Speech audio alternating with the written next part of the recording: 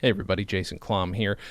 This week I do not have an episode for you, not a regular episode anyway, which hence you not hearing the regular theme song at the beginning. I'm having a severe equipment upgrade. It's to the point where I don't even have access to my theme song or my regular editing software. If I did, it would slow everything down that I'm doing right now. But I am doing something every day for all of 2017. If you haven't seen it, I am listening to a comedy album a day. I'm hashtagging it comedy album a day because that's what you do now. You hashtag everything you do. So that is that's happening, and it's on Instagram, a minute a piece. But really, if you want to hear them, Jesus. If you want to watch them, it's youtube.com/comedy on vinyl, where all of our other stuff is up there, including our Firesign videos. What I'm going to do is, if you go to the website comedyonvinyl.com, I'll share the playlist that these are all in. You'll be able to see them all in a row. And in this, just to give you a taste. I will put in a clip of a recent episode so that you can get an idea of what I've been doing. But yeah, I mean, I've been listening to these fresh. There have been one or two where I revisited them. I'm not, for the most part, that's not the point of what I'm doing, but it is fun to listen to them, especially if they're on theme. If it's something I've already heard, I don't feel too bad about doing it. But I am trying to discover, because I've got a ton of albums to get through, and I decided the only way to do it was to do this comedy album a day thing. So I hope you enjoy it. I would recommend checking them all out. Obviously, we're at 25 of them so far, so at some point, it's going to be overwhelming to watch them all. Not that you would feel required or that you should, but you should. That's what I'm saying. You absolutely have to listen. But yeah, check them out. Go to YouTube. Again, you can see little previews on Instagram, but youtube.com/comedy on vinyl. If you hashtag comedy album a day when you spread the word, that would be super helpful. Let me know what you think. If I get a fact wrong, I don't care, but I'm happy to hear from people who are nice about it. And it's not that I don't care. I do genuinely care, but I really want you to be cool about it. And you know what? My fans are cool. I will say that. Everybody I've had a couple people come back to say, they've been less than cool, but they're not fans. They're not like you. They don't love you like I do. Is that what I'm saying? They don't love me like you do. I'm assuming you love me. I don't think you actually love me. See, this is weird. Without the theme song, without a guest, I don't know what the hell's going on. But yeah, that's about it. So here is going to be a clip with almost no segue into an episode of Comedy Album a Day. Hashtag Comedy Album a Day. You get the picture. Hi, everybody. I'm Jason Klamm. I'm the host of the Comedy on Vinyl podcast, and I'm listening to a comedy album a day for all of 2017. Today, on a day that I guess nothing else is happening in the news, I figured I would do some interesting political comedy, listen to something fun. And that fun thing is this. 1968's Pat Paulsen for President. I'm actually covering up the title. If you don't know who Pat Paulsen is, he was a stand-up comedian, an actor, performer.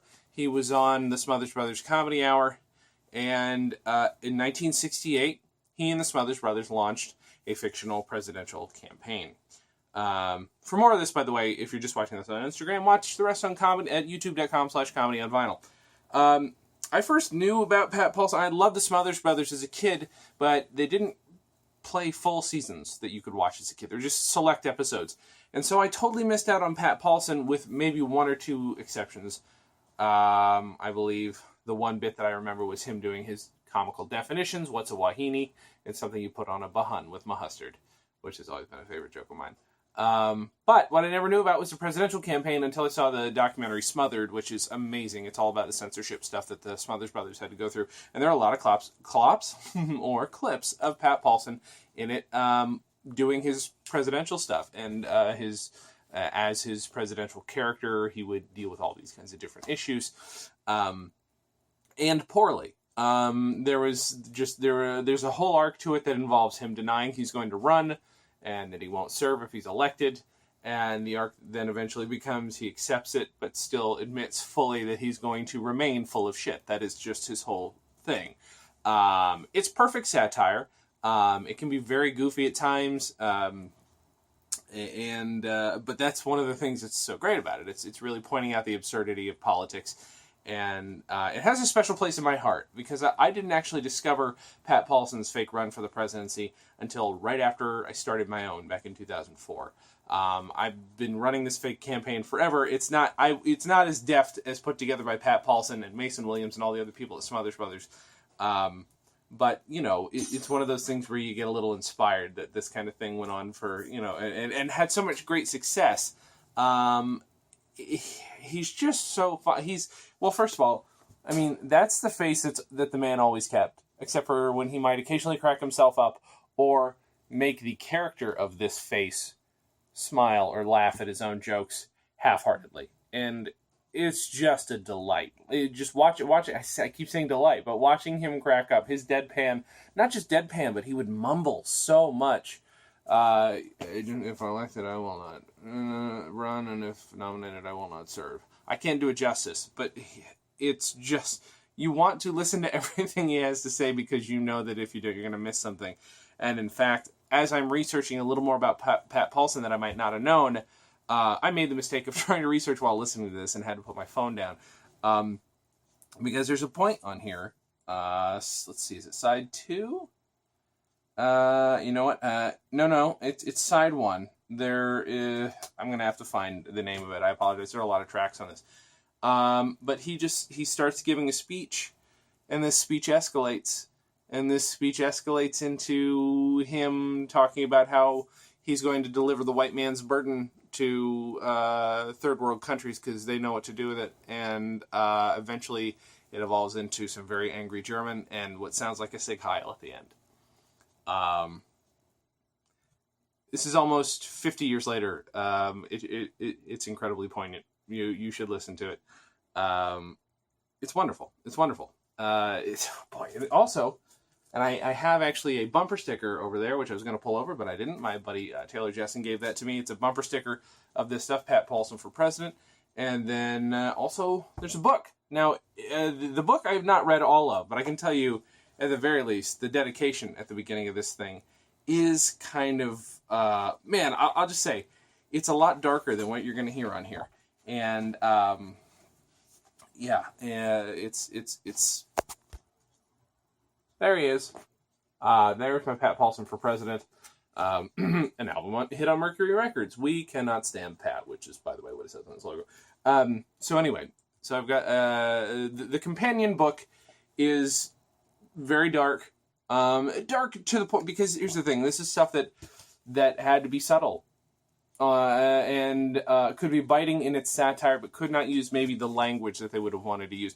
But they got to play with censorship, and that's, it's one of those things that on TV, the art form was, what can we do without saying everything we want to say? And then this book is a very pure expression of what happens when we say what we want to say. This is a very nice distillation of political satire in as many forms as possible, down to the form of bumper sticker. I mean, it's simple. Of course, it's just an advertisement, but you could get it in these 3 different formats, sort of. But it's great to get the same. It's not even the same stuff, but to get this type of political satire in 2 different formats. But of course, we're here to talk about the comedy album specifically. But there are interstitial interviews, or not interviews, but introductions by a gentleman named Ralph Story, who wrote that same commentary, interstitial stuff. And the rest of it is either clips from the Smothers Brothers Comedy Hour, or a few things that sound specifically like they are staged rallies, just so that they can get some audio. And that there were probably, comedy shows that he put on. I don't know. I honestly realize I don't know enough about that. But I know plenty about his stuff on the Smothers Brothers. This album is just so much fun to listen to. It's prescient, it's poignant, it's the good stuff. I really love this. Also, his other album, Live at the Ice House, I think it's called Live at the Ice House. It was recorded live at the Ice House. Is also fantastic. But this is just so, it's stark and wonderful. And honestly, that bit where he just eventually again evolves into German. You don't expect that because of the lack of enthusiasm that seems to come from him. That, by the way, just really does sell how biting the satire is. You listen when he's double talking, and I think that's what's so effective. It makes you want to hear the double talk, makes you want to pay attention because there's no flair. He's saying the things that people normally say with flair, with absolutely none.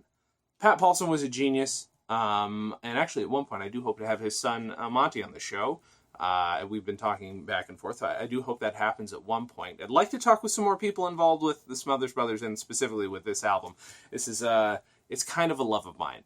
I really do love fake presidential campaigns, going all the way back to Gracie Allen. I'm sure other people have done them. That's the oldest one I know of, but she wrote a whole book about her fake run for the presidency. This stuff is fascinating to me, and I think it's important, and I think when it's done really well, when you can really screw with double talk and really, really make a good point, it's helpful. And it was guys like these that did, help pave the way for looser censorship and help pave the way for people appreciating, what the hell was happening to their country as it went down the toilet.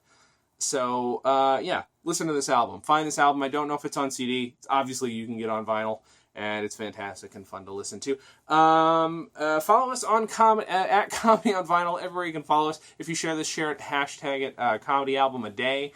You know what? If you want to go see my presidential campaign, this year I'm cutting the second movie of the presidential campaign. It's called Looking Forward 2016. If you go to lookingforwardmovie.com, it's a lot of fun. Throughout 2016, I released it as a series of blogs. We released 183 blogs from about 16 different main characters, and it's going to be cut together with interviews and stuff for release later this year.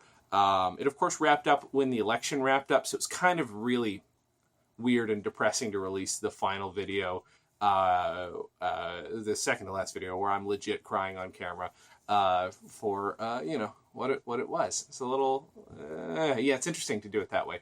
And Pat Paulson was doing the same thing, except you're not going to catch Pat Paulson crying. Anyway, check that out, lookingforwardmovie.com. Go to stolendress.com for all of our other stuff, comedyonvinyl.com. Subscribe to us on iTunes, rate us highly, and that's about it. Thank you guys for watching, and also to listening to the podcast. And as always, have a good thing.